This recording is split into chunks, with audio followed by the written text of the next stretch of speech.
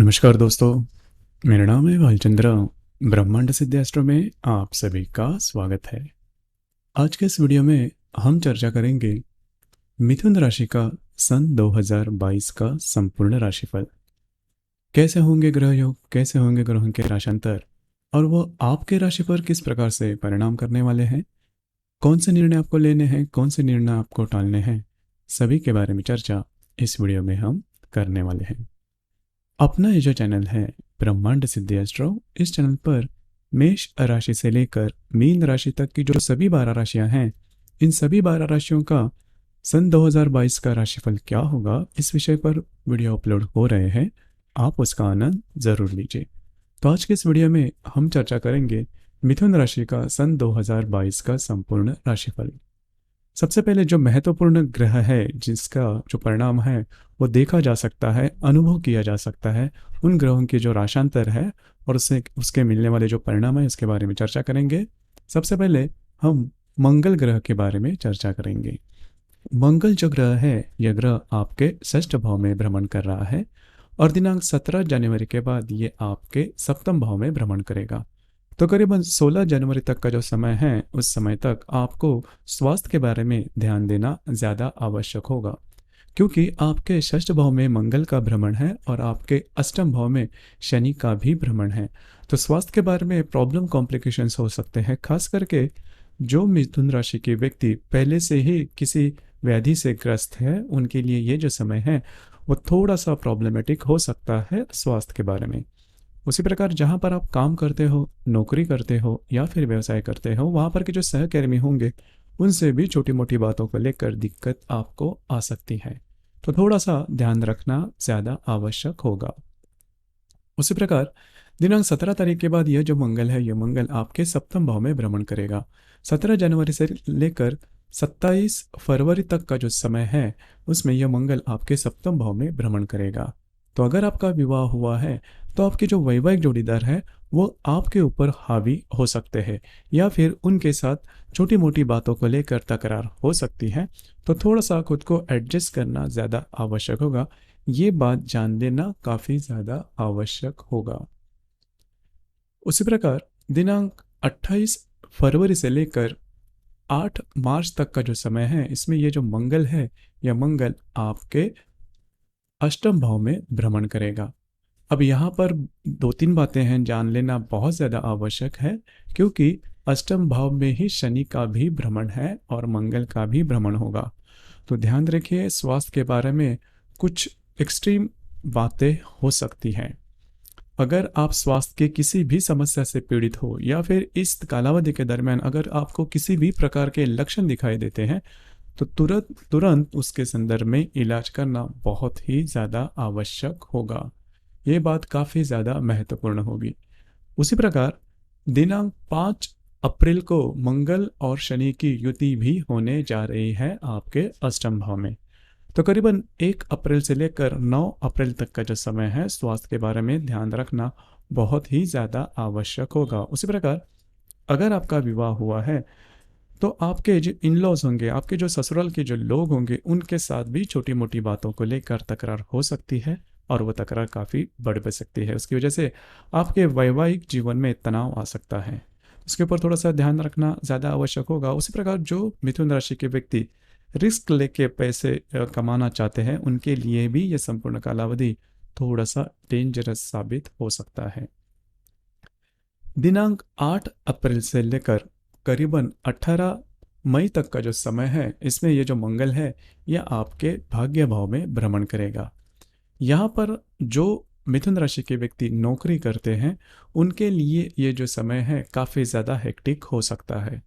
काफ़ी ज़्यादा आपके ट्रैवलिंग हो सकती है या फिर काम के सिलसिले में आपको कहीं बाहर घूमना फिरना भी पड़ सकता है। आपके जो मित्र परिवार है उनसे आपको काफ़ी अच्छी मदद इस कालावधि में मिल सकती है।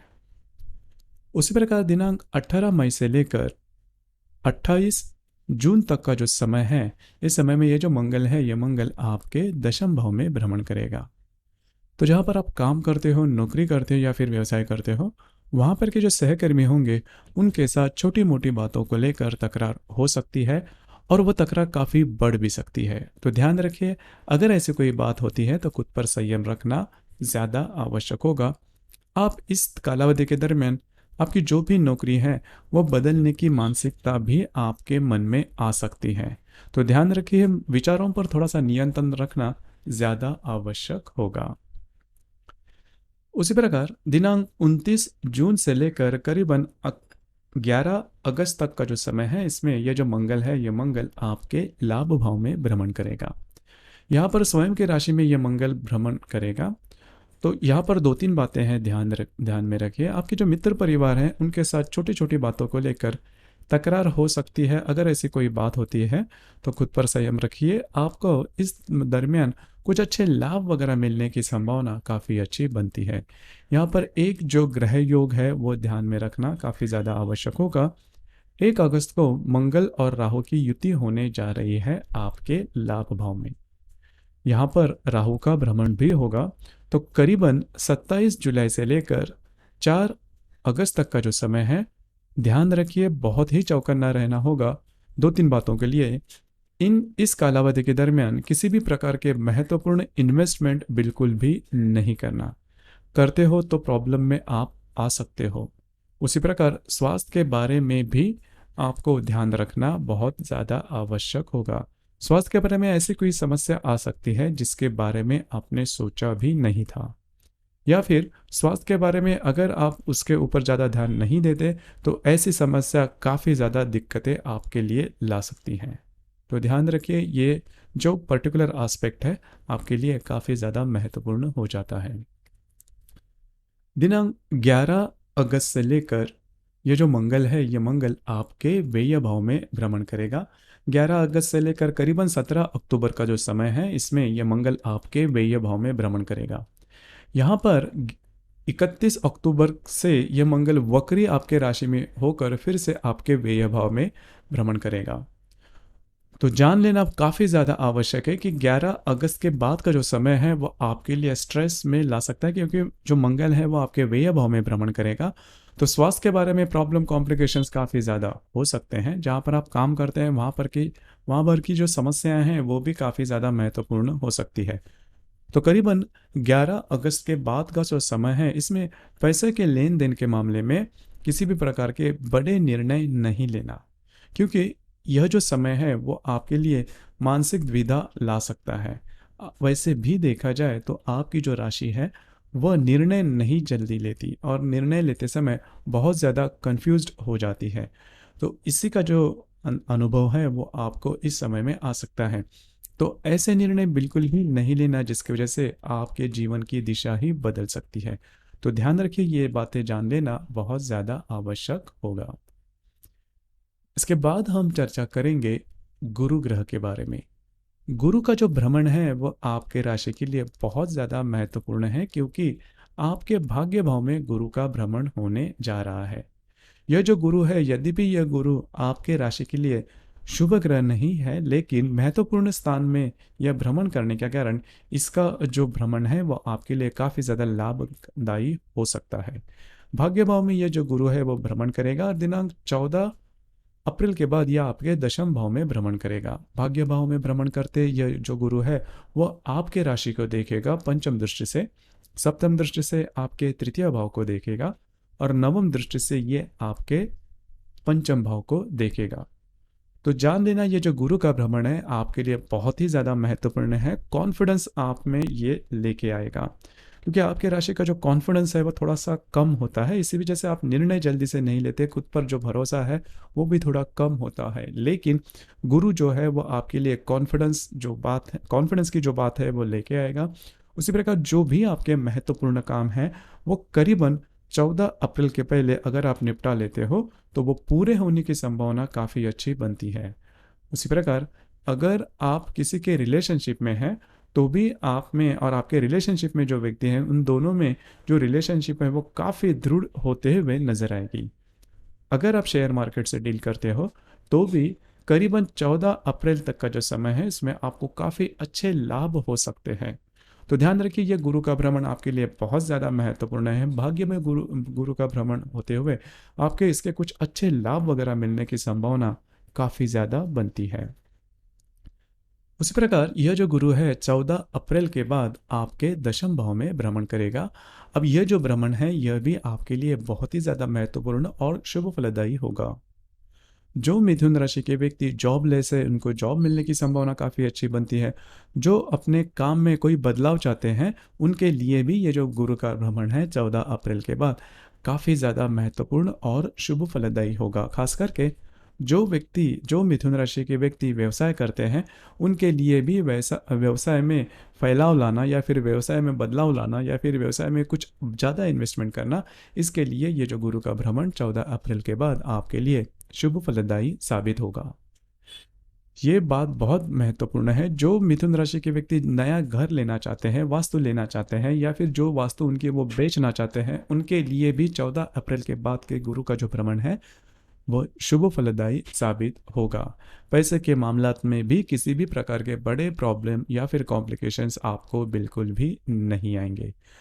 तो यह जो गुरु का भ्रमण आपके आपके भाग्य भाव में या फिर दशम भाव में जो होने वाला है वह आपके लिए शुभ फलदायी होगा। यद्यपि यह जो गुरु है यह गुरु करीबन 29 जुलाई से लेकर 24 नवंबर तक आपके दशम भाव में वक्री हो जाएगा, लेकिन फिर भी इसके जो मिलने वाले परिणाम हैं वह आपके लिए शुभ फलदायी साबित होंगे, क्योंकि दशम भाव में यह जो गुरु है वह स्वयं के राशि में भ्रमण करने वाला है, जो कि आपके लिए शुभ फलदायी साबित होगा। इसके बाद हम चर्चा करेंगे शनि ग्रह के बारे में। शनि जो ग्रह है यह ग्रह आपके अष्टम भाव में भ्रमण कर रहा है। तो शनि ग्रह के बारे में कुछ बातें, हालांकि यह आपका भाग्यश है लेकिन अष्टम भाव में यह भ्रमण करने के कारण आपने इसके संदर्भ में कुछ समस्याएं 2021 में ज़रूर देखी होगी, जो कि आपके स्वास्थ्य के बारे में आपने महसूस किया होगा। तो यह जो बात है, यह जो गुरु है वह करीबन 30 अप्रैल तक आपके अष्टम भाव में भ्रमण करेगा और 30 अप्रैल के बाद ये आपके भाग्य भाव में भ्रमण करेगा, जो कि काफ़ी अच्छी बात है, काफ़ी शुभ फलदायी ये आपके लिए हो सकता है। तो 30 अप्रैल तक थोड़ा सा स्वास्थ्य के बारे में ध्यान रखना ज़्यादा आवश्यक होगा। 30 अप्रैल के बाद जैसे ही ये शनि ग्रह आपके भाग्य भाव में भ्रमण करेगा तो आपको कुछ अच्छे लाभ वगैरह मिल सकते हैं, जैसे कि गुरु भी आपके भाग्य भाव में ही भ्रमण करने वाला है। तो ये जो दोनों ग्रह हैं वो आपके लिए शुभ फलदायी साबित होगी। वैसे देखा जाए तो गुरु के शुभ परिणाम आपको काफ़ी अच्छे मिलते हुए नजर आएंगे। शनि के जो शुभ परिणाम हैं वो भी आपको मिलेंगे, लेकिन ये जो शनि है ये शनि 5 जून के बाद वक्री हो जाएगा आपके भाग्य भाव में और करीबन 13 जुलाई के बाद ये फिर से आपके अष्टम भाव में भ्रमण करेगा और 23 अक्टूबर के बाद ये मार्गस्थ होने जा रहा है। तो वैसे देखा जाए तो करीबन 30 अप्रैल से लेकर 5 जून तक का जो समय है या फिर 13 जुलाई तक का जो समय है वो आपके लिए शनि के मामले में अगर देखा जाए तो वो शुभ फलदायी साबित होगा आपके भाग्य भाव में भ्रमण करते हुए।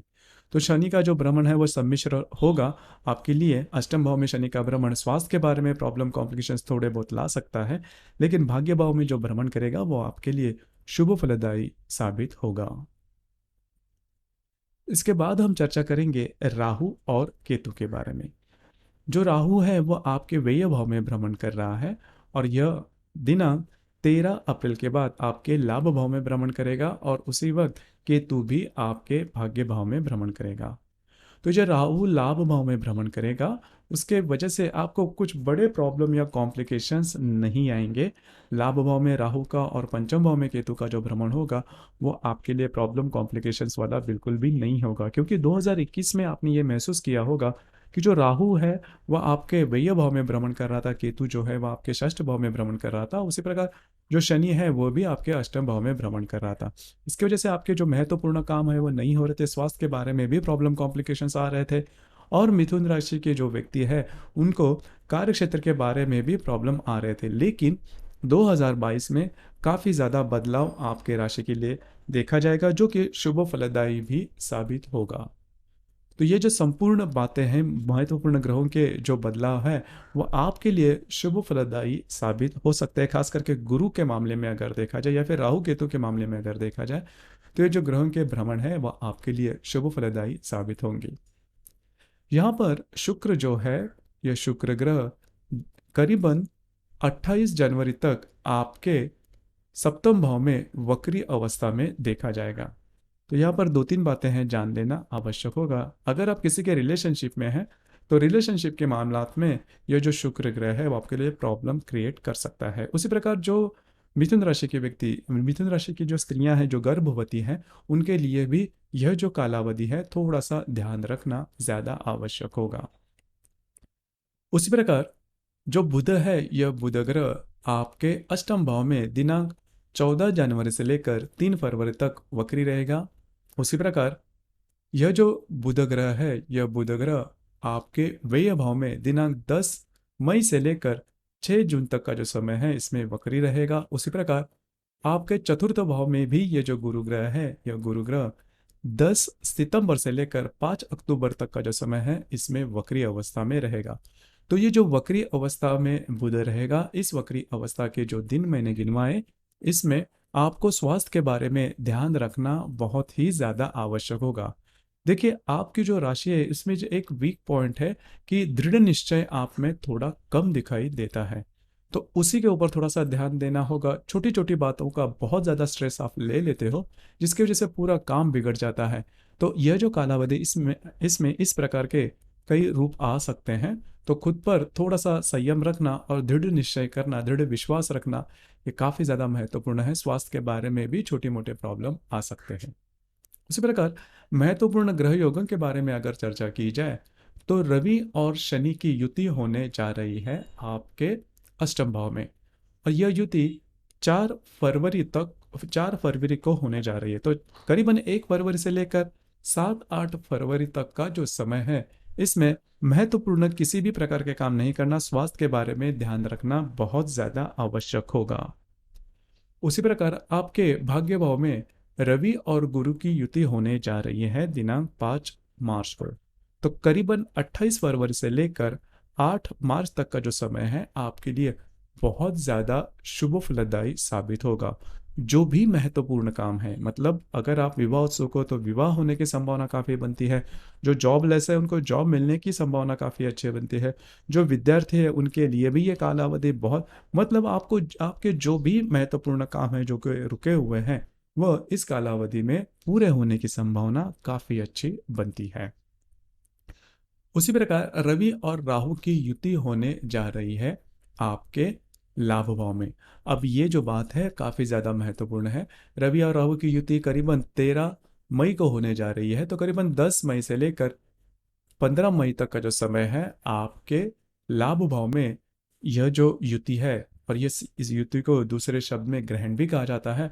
तो लाभ भाव में ग्रहण हो सकता है। तो इस कालावधि में किसी भी प्रकार के डॉक्यूमेंटेशन के बारे में काम है, या फिर आपको किसी से पैसा लेना है, प्रोमिसेस करने हैं, कमिटमेंट करनी है ऐसी कोई महत्वपूर्ण बात जिसकी वजह से आपकी पूर्ण दिशा ही बदल सकती है जीवन की, या फिर रिस्क लेना जिसे हम कहते हैं, इस कालावधि में बिल्कुल भी नहीं करना। उसी प्रकार मंगल और गुरु की युति होने जा रही है 29 मई को। तो यह जो युति है, इस युति में भी इसका जो प्रभाव है वह देखा जाएगा करीबन 27 मई से लेकर 2 जून तक। तो इसमें जहां पर आप काम करते हो, नौकरी करते हो या फिर व्यवसाय करते हो, वहां पर किसी भी प्रकार के महत्वपूर्ण निर्णय नहीं लेना। आपके जो सहकर्मी हैं उनके साथ छोटी मोटी बातों को लेकर तकरार हो सकती है, तो ध्यान रखना ज्यादा आवश्यक होगा। उसी प्रकार रवि और केतु की भी युति होने जा रही है 5 नवंबर को। अब यह जो युति है, यह युति आपके पंचम भाव में होने जा रही है।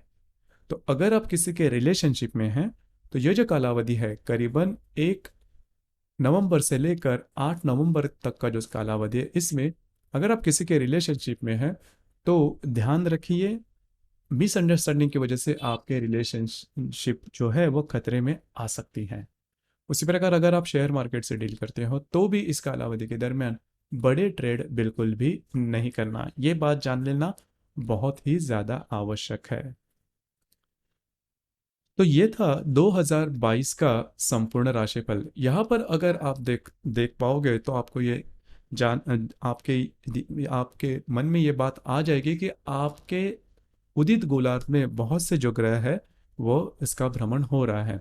तो 2021 की अगर तुलना की जाए तो यह जो समय है या फिर यह जो साल है 2022 का, इस साल में बहुत ज्यादा उथल पुथल आपके जो जीवन में हो सकती है, जो भी महत्वपूर्ण काम है वो हो सकते हैं। और इसमें पॉजिटिव बात एक है कि गुरु आपके लिए बहुत ज्यादा महत्वपूर्ण है और शुभ फलदायी, आपके लिए इसके शुभ परिणाम हो सकते हैं। तो जो भी महत्वपूर्ण काम है वो आप कर सकते हो और सोच समझ कर हाथ में काम ले सकते हो। जो भी महत्वपूर्ण काम है वो आपके पूरे होते हुए भी नजर आएंगे। सिर्फ आपको इस साल में भी थोड़ा सा अपने स्वास्थ्य के ऊपर ध्यान रखना ज्यादा आवश्यक होगा। तो दोस्तों, ये था मिथुन राशि का सन 2022 का संपूर्ण राशिफल। आपको ये राशिफल कैसे लगा, आपने इसका अनुभव किस प्रकार से लिया, नीचे कमेंट बॉक्स में जरूर कमेंट करना। और अपना ये जो चैनल है ब्रह्मांड सिद्धि एस्ट्रो, इसे भी लाइक शेयर और सब्सक्राइब जरूर करना। धन्यवाद।